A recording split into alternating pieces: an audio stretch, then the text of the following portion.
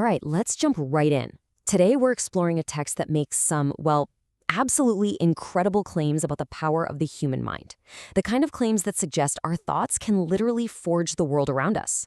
So, right out of the gate, the source hits us with this pretty wild question. Can something made of stone, something totally inanimate, actually develop feelings for the person who made it? The story goes like this. A sculptor poured every ounce of his being into his work, not just skill, but his focus, his intention, his spirit. And with that final tap of the chisel, the physical statue was complete. But something else happened. Its non-physical double, what the text actually calls its antimatter form, stepped right out of the stone to be with him. Now, if a statue coming to life isn't wild enough for you, hold on, because the next story really dials it up. This time, we're talking about a painter. Just try to picture this. You have a master painter working on a huge mural, and there's a crowd watching him. Every time he puts the finishing touches on one of the cranes he's painting, the bird literally peels itself off the wall and just flies away, right there in front of everybody. A creation of paint and plaster becoming a living thing. So what is going on here? How does the author even begin to explain these impossible-sounding events? Well, it's not magic, at least not in the way we usually think of it. The source says there's a single, fundamental principle that makes all of this possible. And this is it. This is the core idea. Xinling chu sheshang. It basically translates to the mind creates reality.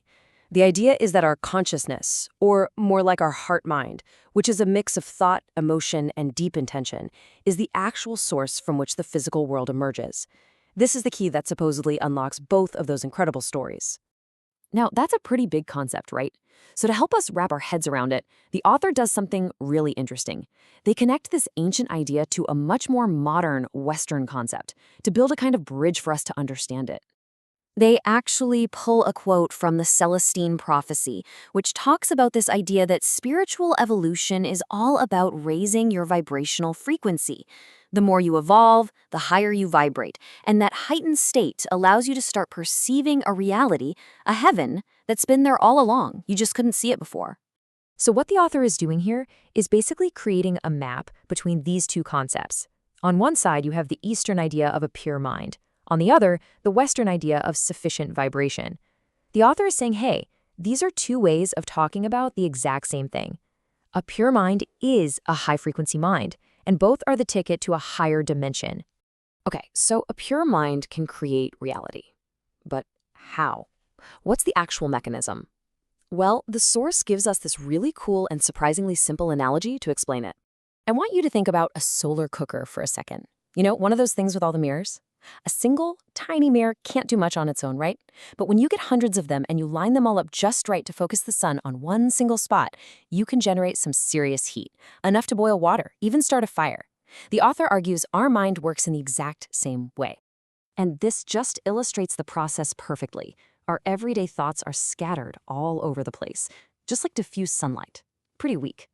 The act of purifying the mind, that's like aligning all those mirrors to face the same direction. Once they're aligned, you achieve focused intention. You've basically created a laser beam of mental energy. And at that point, manifestation happens. That concentrated energy becomes powerful enough to literally forge reality. Now, this whole idea isn't just about making cool art come to life.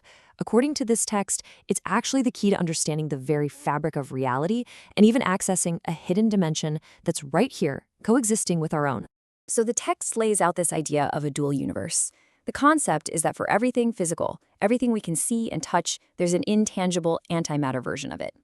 We see the physical world with our eyes, obviously, but this other world, you can only perceive it with your mind, kind of like when you're dreaming. So the ultimate goal here isn't just to make things happen in our world, it's to purify your mind so much that you can completely shift your consciousness into this parallel reality. This table really breaks it down nicely. You've got the physical world, tangible, seen with your eyes, accessed through your senses. Then you have the antimatter world, intangible, dreamlike, and you can only get there with a purified, focused consciousness. They're like two sides of the same coin, and your state of mind is what determines which side you're experiencing. So from statues falling in love with their creators to painters literally creating life, all the way to this idea of accessing parallel dimensions. The text argues that the entire secret has been laid out. It's not hidden anymore. It's out in the open.